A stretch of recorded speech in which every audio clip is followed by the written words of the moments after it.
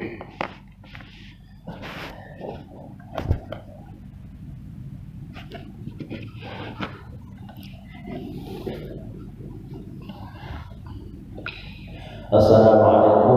warahmatullahi wabarakatuh.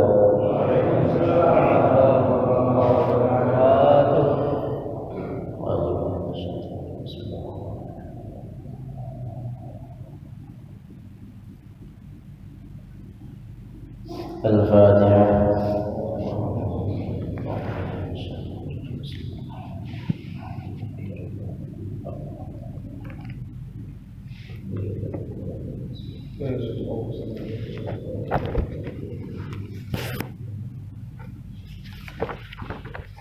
Bismillahirrahmanirrahim.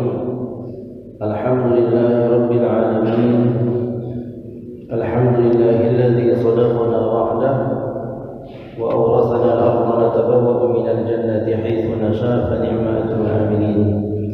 Asyhadu an la ilaha illallah wahdahu la syarika lah wa asyhadu anna sayyidana wa maulana Muhammadan 'abduhu wa rasuluh la nabiyya wa la rasula ba'dahu amma ba'd.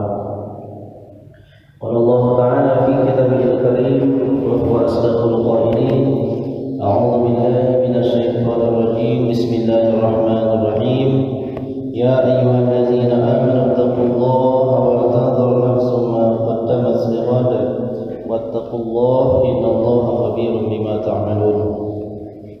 وقال رسول الله صلى الله عليه وسلم من خرج من بيته في طلب العلم فهو في سبيل الله حتى يرجع.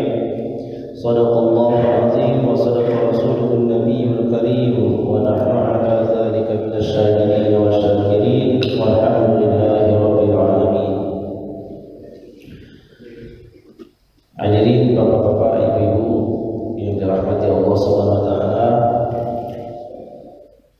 bersyukur kita kepada Allah atas limpahan nikmat yang diberikan kepada kita semuanya, sehingga pada pagi hari ini kita bersama-sama bisa hadir kembali dalam majelis ta'lim, majelis ilmu yang sebelumnya kita laksanakan sholat subuh secara berjamaah. Ini merupakan nikmat yang besar yang patut kita syukuri dan patut untuk kita jadikan sebagai perkara yang membahagiakan hati kita. Jadi salah satu tanda orang itu sudah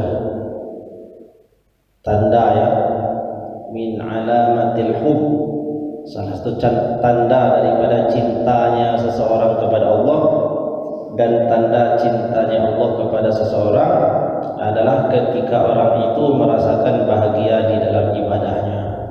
Maka marilah kita semuanya timbulkan rasa bahagia itu setelah kita melaksanakan ketaatan, karena kebahagiaan seseorang setelah ia melaksanakan ketaatan itu menjadi pembeda ya, itu menjadi pembeda antara orang yang merasakan kesedihan dan kesengsaraan setelah melaksanakan kemaksiatan.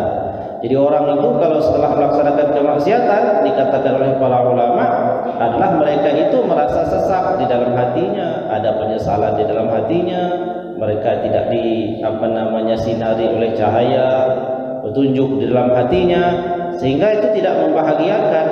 Maka bedanya orang yang taat itu adalah bahagia setelah melaksanakan ketaatan. Jadi kalau kita ini setelah melaksanakan ketaatan, perlu untuk kita hadirkan rasa syukur dan bahagia di dalam hati kita. Kalau itu belum timbul secara sendiri, tapi kalau kita sudah terbiasa dan betul-betul kita pikirkan, kita syukuri ketaatan kita ini, karena kalau kita tidak ditakdirkan sebagai orang yang taat, berarti kita ditakdirkan dalam keadaan yang lain. Nauzubillahi min dzalik. Nah, pagi hari ini kita ditakdirkan Allah berada pada barisan orang-orang yang melaksanakan ketaatan. Mudah-mudahan ketaatan kita ini diterima oleh Allah Subhanahu wa taala. Salam dan salam semoga senantiasa tercurahkan kepada baginda Nabi sallallahu alaihi wasallam yang telah membawa risalah Islamiyah sehingga kita semuanya termasuk bagian daripada umatnya. Nah, menjadi bagian daripada umatnya Rasulullah tentu itu merupakan perkara besar juga, karena kalau kita tidak menjadi umatnya Rasulullah berarti kita menjadi umat yang lain, sedangkan menjadi umat Rasulullah itu menjadi jaminan keselamatan seseorang baik di dunia terlebih lagi di akhirat. Maka kita hari ini berkumpul di dalam nikmat yang begitu besar, yang sudah tidak layak lagi lah kalau kita ini tidak berbahagia dan hati kita masih dirundung kesedihan, dirundung kekecewaan karena mungkin keadaan yang kurang sehat atau keadaan yang belum cukup terpenuhinya semua kebutuhan. Itu semuanya hadirin sekalian perkara yang kecil, perkara yang kecil dibandingkan nikmat dan anugerah iman yang Allah berikan kepada kita semuanya. Jadi kita hadapi hidup ini dengan penuh kebahagiaan, dengan penuh kesenangan.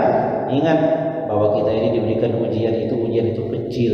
Kenapa? Karena kita sudah diberikan Allah nikmat dan anugerah yang besar, yaitu iman kita kepada Allah dan iman kita kepada Rasul sallallahu alaihi wasallam. Pagi hari ini kita lanjutkan kajian kita. Kita mengkaji kitab Al-Adhkar An-Nawawiyah atau Al-Adhkar min Kalam Sayyidil Abrar. Ini merupakan warisan dari para ulama, dan pada saat Ahad yang kemarin kita sudah membaca salah satu hadis yang diriwayatkan daripada Abu Hurairah bahwa beliau datang ke pasar-pasar, kemudian bertemu dengan orang-orang yang ada di pasar itu. Beliau menyeru, "Ya ahlas suq, wahai penduduk pasar, tidakkah kalian ini ingin mengambil bagian daripada warisannya Rasulullah?" Lalu para sahabatnya itu yang ada di pasar bertanya, "Ya Abu Hurairah, apa yang dimaksud warisan?" Nah, Abu Hurairah ini menyuruh mereka untuk pergi ke masjid. Kenapa? Karena di masjid ini sekarang, kata Rasulullah, kata Abu Hurairah, sedang dibagi-bagikan warisannya Rasul. Lalu mereka semuanya bergegas ke masjid mencari di mana ada Nabi membagikan warisan. Tiba-tiba mereka mendapati di dalam masjid tidak ada bagi-bagi warisan. Yang mereka lihat sekelompok orang sholat, yang mereka lihat lagi sekelompok orang sedang berzikir, mereka lihat lagi sekelompok orang sedang mengkaji kitab, mengkaji ilmu. Maka mereka terheran-heran, nggak ada di sini Rasulullah bagi warisan, sehingga mereka kembali lagi ke pasar menemui Abu Hurairah. Maka ditanya oleh Abu Hurairah, "Apa yang kalian jumpai di sana?" Maka mereka menjawab, "Tidak ada yang kami jumpai ya Rasulullah. Di sana itu cuma ada orang lagi sholat, hanya ada lagi orang yang sedang berzikir, sekelompok lagi sedang belajar, ya, berbicara perkara halal haram. Tidak ada Rasulullah bagi-bagi warisan." Maka Abu Hurairah menjawab, "Waihakum, celakalah kalian ini. Tidakkah kalian mengetahui bahwa sesungguhnya para nabi dan para rasul tidak pernah mewariskan dirham, tidak pernah mewariskan emas, tidak pernah mewariskan perak. Akan tetapi para nabi dan para rasul itu mewariskan suatu warisan yang paling berharga, yakni mewariskan ilmu. Apa yang kalian temui di dalam masjid itu tadi, sekelompok orang sedang sholat, ada sekelompok orang sedang berzikir, ada sekelompok orang lagi sedang melaksanakan thalabul ilmi, menuntut ilmu, membicarakan perkara halal dan haram. Itulah warisan Rasulullah. Maka kita bersyukur kita ini mengkaji perkara yang diwariskan oleh Rasulullah sallallahu alaihi wasallam. Sampailah kita pada fasal, kita masih pada bab tilawatul Quran. Jadi di dalam kitab Al-Adhkar ini, kitab yang paling banyak lembarannya, dalam bab yang paling banyak lembarannya adalah tentang tilawatul Quran. Hampir 15 halaman. Jadi 15 halaman dalam kitab kuning itu bukan seperti dalam kitab yang berbahasa Indonesia. Artinya kalau diuraikan 15 halaman itu, wah, ini bisa sampai 1 jilid buku lagi kalau diterangkan semuanya. Maka berarti ini menandakan betapa pentingnya tilawah Quran itu dan betapa banyak adab-adab yang mesti kita ketahui. Kita sudah pelajari dari awal insya Allah ini pertemuan kita, pertemuan terakhir dalam bab ini. Bab selanjutnya kita akan masuk pada bab hamdalah, insya Allah kalau kita diberikan kesehatan dan umur panjang. Pada pertemuan yang akan datang kita sudah masuk pada bab baru, yakni bab tentang hamdalah, ucapan alhamdulillah. Itu juga bab yang panjang, penting untuk kita ketahui juga bab tersebut. Nah, pagi ini kita akan selesaikan bab tentang tilawah Quran sampai pada fasal yang terakhir. Bismillahirrahmanirrahim. Qala al-muallif rahimahullahu ta'ala, nafa'ana Allahu bihi wa bi'ulumihi fid dharain amin. Faslun fi bayani an adabil qira'ati katsiratun faman arada al-mazida fa'alaihi bi muraja'ah. Fasal penjelasan tentang adab membaca Quran yang sangat banyak. Ini adab-adabnya.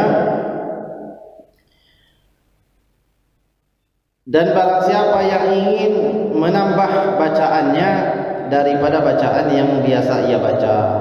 Maknanya begini, kan kita ini disunahkan baca Quran ini dalam setiap hari dan malam secara berurutan dari atas, dari pertama, dari surat Al-Fatihah sampai kita khatamkan surat An-Nas. Jadi dalam hari-hari kita membaca Al-Quran itu hendaklah kita baca itu secara berurutan. Artinya tidak hanya surat-surat pilihan saja yang kita baca, tetapi dalam setiap harinya kita melanjutkan tadarus kita Quran itu meskipun hanya beberapa ayat. Nah, nanti kita akan lihat keterangannya berapa sih kira-kira standarnya orang itu baca Quran itu paling sedikit berapa dalam satu hari. Bismillahirrahmanirrahim. I'lam, ketahuilah, anna adabal qari wal qiraati, bahwasanya adab-adab bagi seorang yang membaca Quran dan bagi bacaan Al-Quran itu sendiri, la yumkinu istiqsa'uha fi aqalla min mujalladat. Kalau mau diuraikan semua, kata Imam Nawawi, maka inilah tidak mencukupi jika hanya ditulis dalam beberapa jilid kitab. Jadi beberapa jilid kitab tidak bisa mencukupi kalau dijelaskan semuanya. Kalau dijelaskan semuanya, akan tetapi kata beliau, walakinna aradna al-isyarata. Akan tetapi kata Imam Nawawi, aku menulisnya ini sedikit hanya sekedar untuk mengisyaratkan perkara-perkara yang paling penting, yang kalau seseorang membutuhkan tambahan penjelasan maka aku punya kitabnya yang khusus, kata Imam Nawawi. Nama kitabnya itu adalah Fi Adabi Hamalatil Quran. Jadi kitab yang satu ini memang dikenal oleh para penghafal Quran, mesti dipelajari karena ini kitab merangkum hampir semua perkara yang berkaitan dengan adab-adab Al-Quran. Maka beliau beri judul nih, kitabnya itu Fi Adabi, tentang adab-adab hamalatul Quran, orang yang menghafalkan Quran, mengemban Al-Quran ketika ia mengamalkan dan lain sebagainya yang berkaitan dengan Quran, semua beliau bahas. Di dalam Al-Azkar ini, kata Imam Nawawi, aku kutipkan sedikit sebagai perkara yang menunjukkan betapa pentingnya adab-adab terhadap Quran itu. Cuma tidak semua, hanya memadai untuk kita jadikan sebagai panduan. Walakinna aradna al-isyarata ila ba'di maqasidiha al-muhimmati bima zakarnahu min hadhihi al-fusul al-mukhtasarat. Wa qad taqaddama fil fusul as-sabiqati fi awwal al-kitab syai'un min adabi az-zakirin wal qari. Nah, kata beliau tentang perkara-perkara adab yang sedikit tadi itu, sebagian telah aku tuliskan dalam permulaan daripada bab ini yang sudah kita lewati itu. Wa taqaddama aidan fi azkaris shalah, sebagian juga telah aku dahulukan membahasnya pada bab tentang adab-adab sembahyang, adab-adab salat. Karena di situ kan ada, sebelum membaca Quran kan ketika kita salat itu kan ada bacaan Qurannya. Nah, kalau ada yang masih ingat kajian kita pada awal itu, adabnya pertama kita ta'awuz dulu kan, baca ta'awuz dulu, itu yang dibahas pada awal pada bab sholat. Liman arada mazidan, bagi siapa yang ingin tambahan yang lebih detail lagi tentang itu, nah, maka ia diarahkan untuk membuka kitab At-Tibyan fi Adabi Hamalatil Quran. Nah, kalau sudah khatam Al-Azkar ini, nanti insyaallah dibaca juga, ada kitab. Wabillahi taufiq wa huwa hasbi wa ni'mal wakil. Nah, ini beliau memberikan keterangannya. Sekarang kita masuk kepada pelajaran. Faslun fil hassi ala mudawamah qiraatul Quran. Anjuran yang sangat kuat untuk secara mudawamah. Mudawamah itu artinya istiqomah terus-menerus dalam membaca Quran. Jadi orang yang disebut dengan mudawamah itu, kalau hari ini dia baca, besok dia baca lagi. Besok dia baca lagi, itu namanya mudawamah. Orang itu telah mendawamkan zikir. Maksudnya orang itu sudah membaca zikirnya tidak putus-putus. Sore ini dia baca al-maksuratnya, zikir-zikir yang maksud dari Nabi, berupa zikir-zikir yang ada dia pelajari itu, yang diajari oleh guru-gurunya, yang berasal dari Al-Quran, dari hadis. Nah, beliau baca sore, besok sore dia baca lagi, besok sore dia baca lagi, terus. Itu disebut dengan mudawamah. Nah, mudawamah ini menjadi salah satu tanda orang istiqomah. Jadi orang yang istiqomah itu mesti punya satu amalan yang mudawamah. Pada awal-awal saya sudah terangkan bagaimana keutamaan dari orang yang memiliki amalan yang mudawamah. Sebab kita ini kemampuan kita beda-beda. Ada yang rajin baca Qur'annya, jadikanlah baca Qur'annya itu sebagai amalan andalannya, mudawamah. Setiap hari, pokoknya apapun yang terjadi, saya harus baca Qur'an setiap hari. Begitu caranya. Maka dia kerjakan. Ada juga yang orang yang rajin bersolawat, maka solawatnya itu dijadikan sebagai amalan andalannya yang mudawamah. Maka ia bertekad, saya tidak akan pernah tidur di malam hari sebelum membaca solawat 100 kali umpamanya. Maka itu teruskan itu. Kalau ada orang yang bisa mengerjakan semuanya, Masya Allah, itu daripada sifat-sifat orang-orang arif, sifat orang-orang yang memang betul-betul taat itu, tapi tidak banyak. Nah, kita ini yang masih lemah secara ibadah, jangan sampai tidak punya meskipun hanya satu. Jadi pilihlah mulai sekarang. Ada yang mengamalkan sholawat setiap malam 100 kali sebelum tidur. Nah, teruskan. Ada yang membaca Quran sebelum tidur. Nah, dia kerjakan terus. Ada yang baca Qurannya itu setelah sholat maghrib, kerjakan terus. Maksudnya jangan sampai kita hilang daripada amalan kita itu dalam setiap waktunya. Apa saja silakan dipilih daripada amal-amalan. Ada juga yang istiqomah puasa. Amalan saya ini yang betul-betul akan saya jaga.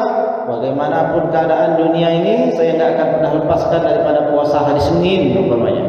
Maka dia kerjakan itu. Ada yang Senin Kamis, lebih bagus lagi.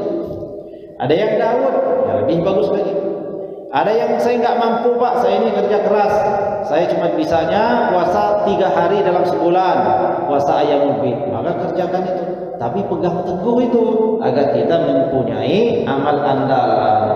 Kira-kira kita itu percaya diri gitu, Pak, ya. Percaya diri mau bertemu Allah itu percaya diri. Karena ada yang kita bawa, ada bingkisan yang pengen kita serahkan yang betul-betul kita jaga. Nah, kita berhadapan dengan Allah. Ya Allah, inilah bukti daripada ketaatan dan kecintaanku kepadamu. Maka hari ini aku menghadapmu dengan menyerahkan ini. Maka Allah ridho kepada orang yang mudawamah itu tadi. Nah, sekarang kita lihat dalam Quran, dalam perkara zikir membaca Quran juga dianjurkan mudawamah tadi itu. Fil hassi ala mudawamah qiraatil Quran. Anjuran yang begitu kuat tentang perintah, tentang anjuran agar kita ini mudawamah terus-menerus di dalam membaca Al-Quran. I'lam, ketahuilah, anna qira'atal Qur'ani akadul azkari kama qaddamna. Ketahuilah oleh kalian semuanya bahwa sesungguhnya membaca Al-Quran itu adalah zikir yang paling kuat. Kenapa dikatakan zikir yang paling kuat, paling utama?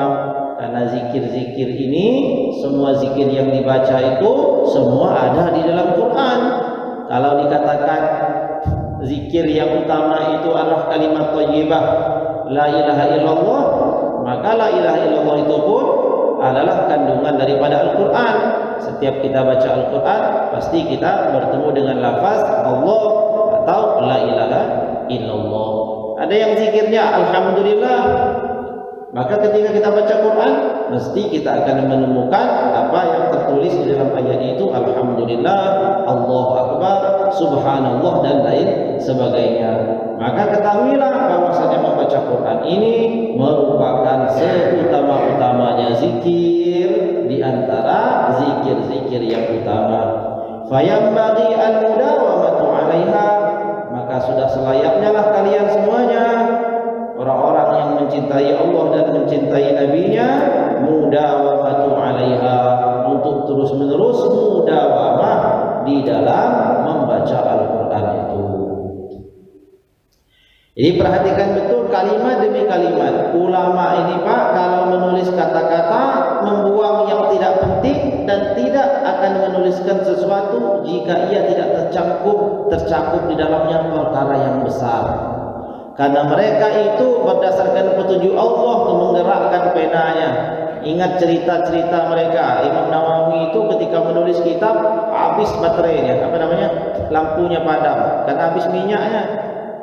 Tapi karena kekuatan keikhlasan mereka itu, Allah jadikan ujung jarinya bercahaya, sehingga beliau bisa menulis sampai beliau berkehendak, sampai kapan saja beliau menulis pada malam hari itu tidak terhalang hanya karena gelap gulitanya malam. Kenapa?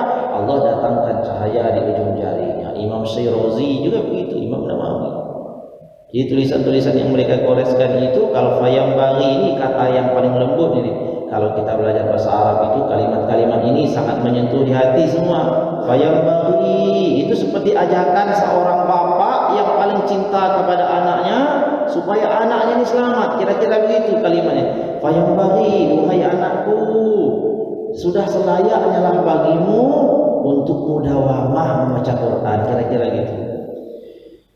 Fala yukhli anha yawman wa lailatan, jangan sampai kamu ini tidak membaca Quran ini dalam waktu sehari atau semalam.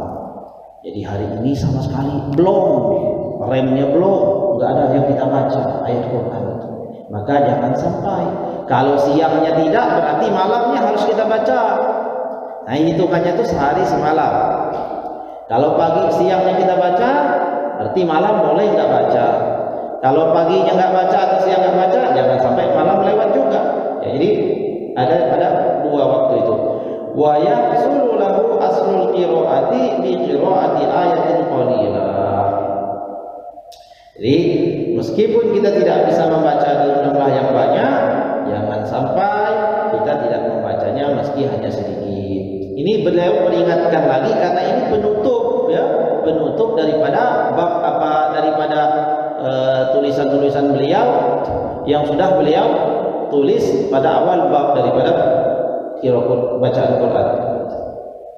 Nah sekarang beliau mulai menuliskan hadis Nabi.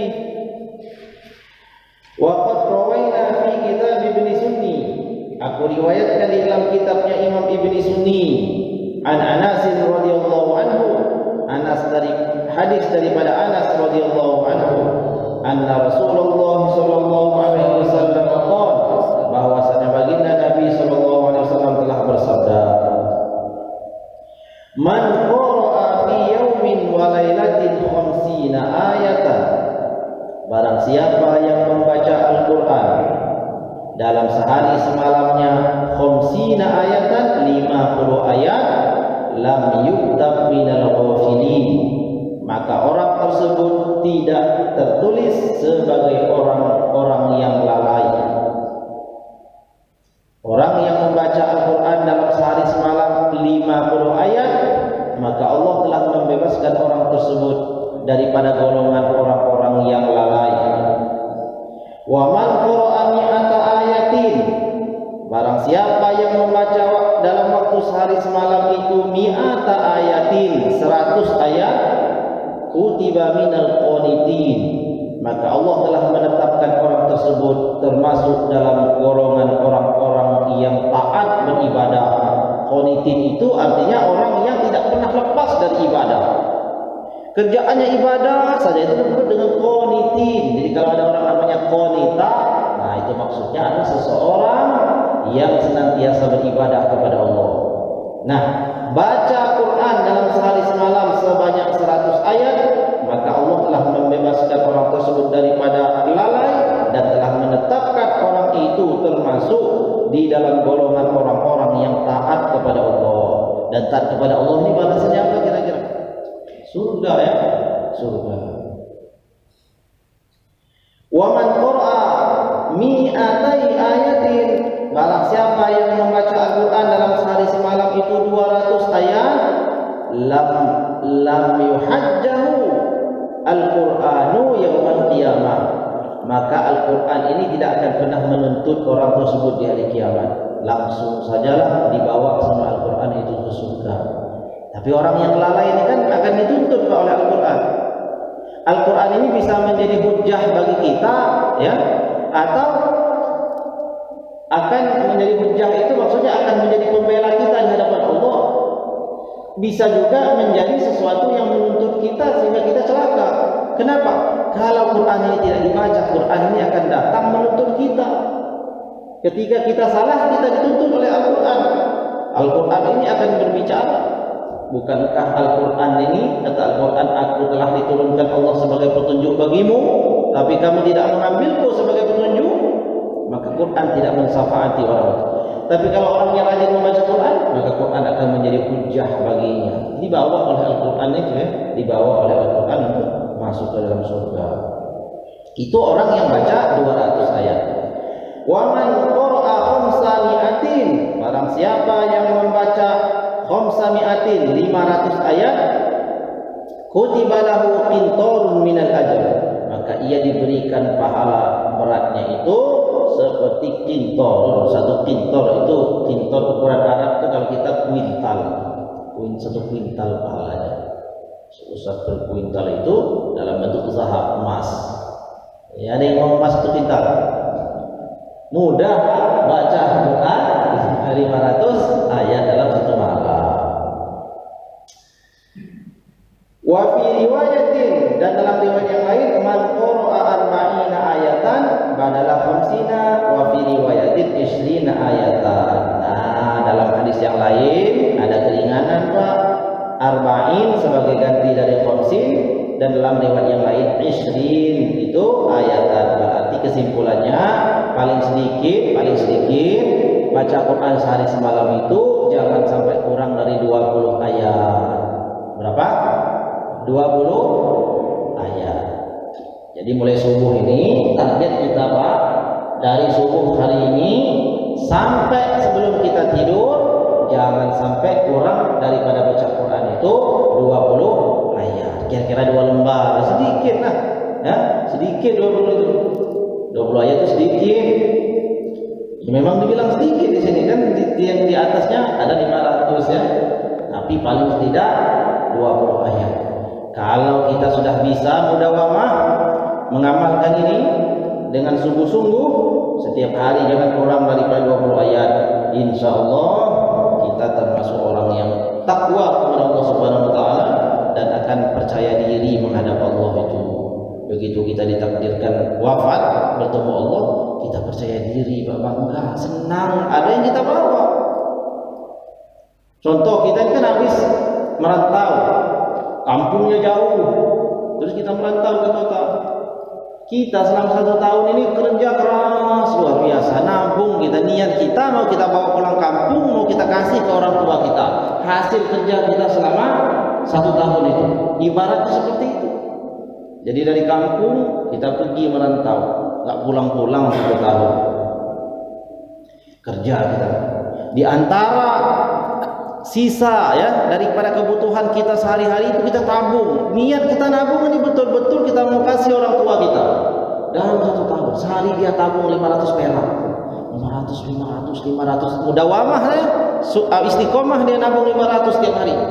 Begitu hari pertemuannya dengan orang tuanya yang sudah 1 tahun tidak bertemu itu, ada kebanggaan di dalam hatinya, dia percaya diri, serahkan itu kepada bapaknya. Pak, ini apa yang bisa saya berikan untuk bapak dan ibu pada tahun ini. Kira-kira luar biasa bangganya orang tua kita. Tidak dilihatnya jumlahnya itu, tapi dilihatnya bagaimana kesungguhan kita. Kita tetap ingat pada orang tua meskipun merantau, kita berikan dia setiap hari itu cicilan tabungan kita. Lalu di tahun akhir perjumpaan dengan orang tua kita serahkan dalam bentuk bakti kita kepada orang tua. Kira-kira begitu juga lah nanti bertemu Allah itu.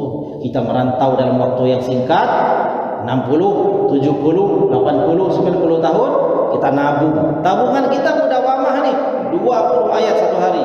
20 ayat 1 hari satu malam. Ini kecil ini kalau kita niatnya kuat. Ada yang 1 juz kok setiap hari, ada yang 2 juz.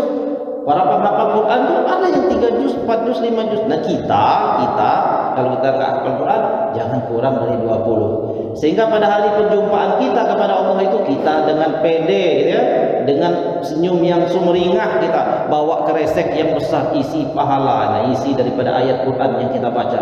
Kita serahkan kepada Allah. Ya Allah, inilah yang aku bisa buat, tapi aku mudawamah, sungguh-sungguh, maka serahkan. Allah ridho. Enggak, Allah lihat dikit itu, langsung Allah angkat masukkan ke surga. Nah, seperti itu. Ya, Al-Quran itu akan menjadi hujjah baginya. Maka Imam Nawawi ini betul-betul tekankan jangan kurang dari 20 ayat. Wa fi riwayatin an Abi Hurairah, dan juga dalam riwayat dari Abi Hurairah radhiyallahu anhu qala Rasulullah sallallahu alaihi wasallam man qara'a 10 ayatin lam yuktab minal ghafilin. Dalam hadis yang ini diringankan lagi, barang siapa yang membaca ayat 10 ayat lam yuktab minal ghafilin. Nah 10 ini kurang-kurangi terus 500, 200, 100, 50, 40, 20, 10. Kayaknya nggak ada lagi nih Pak yang di bawah 10 ini. Nah, coba kita lihat 10 ayat. Wajah fil bab ahadits katsiratun min nahwi hadza. Nah, telah berakhirlah ayat yang menjelaskan tentang batasannya 10 ya. Jangan diminta kurang lagi. Sudah 10 ini 10 ayat. 10 ayat. Berarti jangan kurang dari 10 ayat dalam sehari semalam. Kalau setelah kita baca 10 ayat Pak ya, jadi ayat Quran itu dari surah Al-Baqarah, dari surah Al-Fatihah sampai 10 ayat, besoknya 10 ayat lagi. Bagi yang ingin tambahan dari ini, barulah kita masuk pada ayat-ayat pilihan. Jadi ayat pilihan itu sebagai alternatif atau urutan kedua setelah kita baca Quran. Jangan salah persepsi. Baca Yasin saja, tidak baca yang lain. Pahala nggak? Ya pahala, tapi tidak mudawamah. Ini mudawamah itu dibaca, nanti Yasinnya dibaca juga, Al-Kahfi dibaca juga, Ad-Dukhan dibaca juga, bagi yang menghendaki tambahan. Nah, beliau katakan di sini, wa ra'ayna ahadits katsirah fi qira'ati surati fil yawm wal lailah minha. Begitu banyak hadis kata Imam Nawawi yang menjelaskan tentang surat-surat pilihan yang dibaca setelah membaca mudawamah tadi itu dalam sehari semalam. Minha di antaranya adalah Yasin. Sudah surat ya, Yasin. Wa tabarakal mulk, surat Tabarak, surat Al-Mulk ya, tabarakallazi biyadihil mulk wa huwa ala kulli syai'in qadir. Wal Waqi'ah, kemudian surat Al-Waqi'ah. Wad-Dukhan dan surat Ad-Dukhan. Nah ini yang disebutkan secara khusus, Yasin, Al-Mulk, Al-Waqi'ah, Ad-Dukhan. Fa'an Abi Hurairah, dari Abu Hurairah radhiyallahu anhu, an Rasulillah sallallahu alaihi wasallam, dari Rasul sallallahu alaihi wasallam, man qara'a Yasin, barang siapa yang membaca surat Yasin fi yaumin wa lailatin, pada siang harinya atau pada malam harinya, ibtigha'a wajhillah, dengan mengharapkan ridho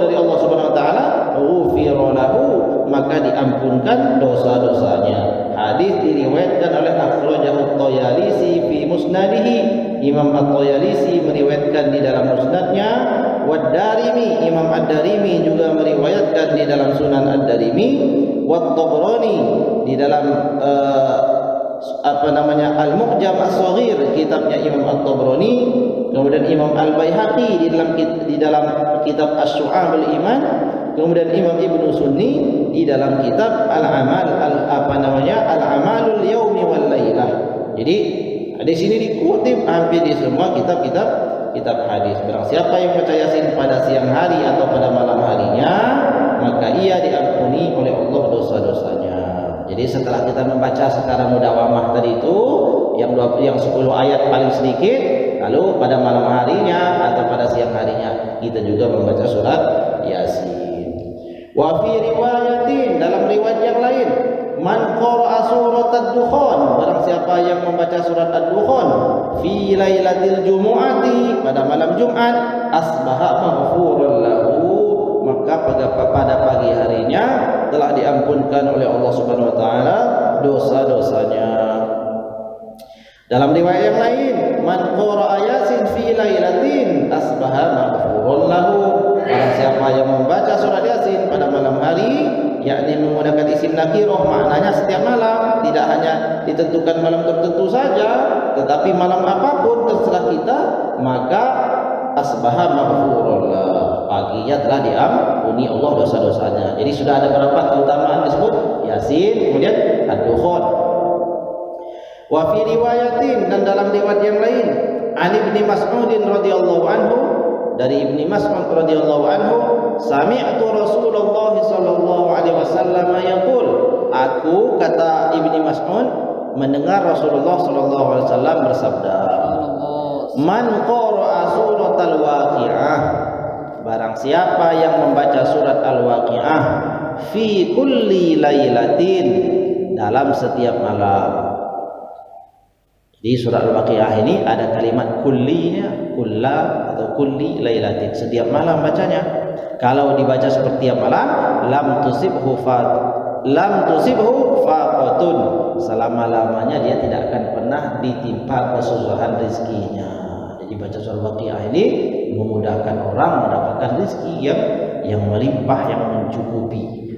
Nah, ini surat Al-Waqi'ah setiap malam. Wa an Jabirin radhiyallahu anhu, dari Jabir radhiyallahu anhu, kana Rasulullah sallallahu alaihi wasallam, adalah Nabi sallallahu alaihi wasallam, la yanamu, tidak pernah tidur, kulla lailatin, dalam setiap malam, hatta yaqra'u, sampai ia telah membaca alif lam mim tanzilul kitab wa tabarakal muluk. Alif lam mim tanzil ini adalah surat Ghafir, ya, surat Ghafir ayat 1 sampai 3, kemudian surat Al-Muluk. Surah Al-Ghafir itu Hamim tanzil, ya, Hamim tanzilul kitab minallahil azizil alim, ghafiriz dzambi wa qabilit tawli syadidil iqabi dzit tul, la ilaha illa huwa alaihi wa ilaihil masir. Sampai di situ baca ayat itu, kemudian dilanjutkan dengan membaca surat Al-Muluk. Nabi tidak tidur sebelum membaca itu. Wa an Abi Hurairah radhiyallahu anhu, anna Nabiy sallallahu alaihi wasallam qala, man qara'a fi lailatin, barang siapa yang membaca ayat pada malam hari, idza zulzilatil ardu zilzalaha kanat lahu ka'adli nisfil Qur'an, maka sungguh ia telah mendapatkan pahala seperti membaca setengahnya Al-Qur'an. Dibaca idza zulzilatil ardu zilzalaha wa akhrajatil ardu asqalaha sampai selesai baca sekali, itu dapat pahala seperti setengahnya Quran, 15 juz. Berarti kalau dibaca 2 kali dapat khatam Quran. Kemudian wa man qara'a qul ya ayyuhal kafirun, barang siapa yang membaca surat Al-Kafirun, kanat lahu ka'idli rub'il Quran, maka seakan-akan ia membaca seperempatnya Al-Quran. Nah, ini diingat ya padanannya ini. Kalau iza zulzilatil ardu zilzalaha 2 kali sama dengan khatam Quran pahalanya.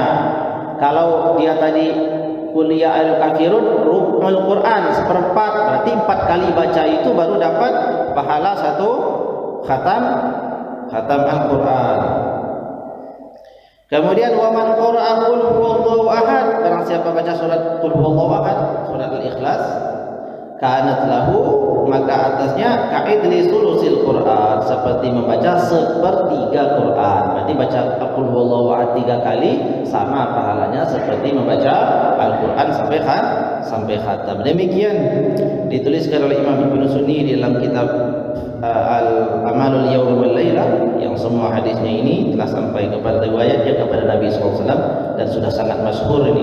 Wa fi riwayatin, dan barang siapa, dan dalam riwayat yang lain, man qara'a ayatul kursi, barang siapa yang membaca ayat kursi, wa awwalu hamim, dan awal dari surat Hamim Ghafir yang tadi itu 1 sampai 3, usima zalikal yauma min kulli su'in, ia dijaga, dipelihara oleh Allah pada hari itu daripada setiap keburukan. Tidak akan jatuh, tidak akan celaka, tidak akan terkena sihir, tidak akan tertimpa musibah yang berat. Enggak, setiap orang itu baca surat kursi dan awal dari surat Ghafir tadi, ayat Hamim, tanzilul kitabi minallahil azizil alim, ghafiriz dzambi wa qablit tawbi syadidil qaul sadidul iqab, apa,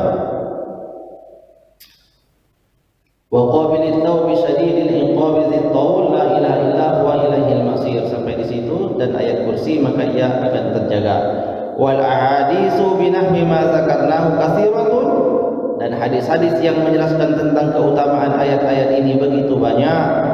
Waqad asanna ila al-maqasid, yang aku tulis ini hanya sekedar isyarat dan sekedar pengetahuan yang memadai. Insyaallah kalau diamalkan sudah mencukupi. Wallahu a'lamu bissawab, ini tulisan beliau ini.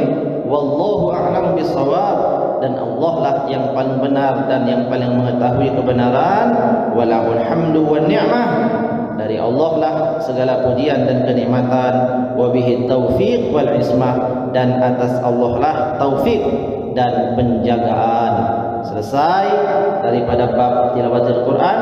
Mudah-mudahan kita semuanya bisa mengamalkan, meskipun tidak bisa menangkap secara keseluruhan hafal hadisnya, tapi inti sarinya insyaallah kita dapatkan dan bisa kita amalkan insyaallah. Wallahu a'lam bishawab. Kita lanjutkan dengan satu pertanyaan kalau ada, dengan hampir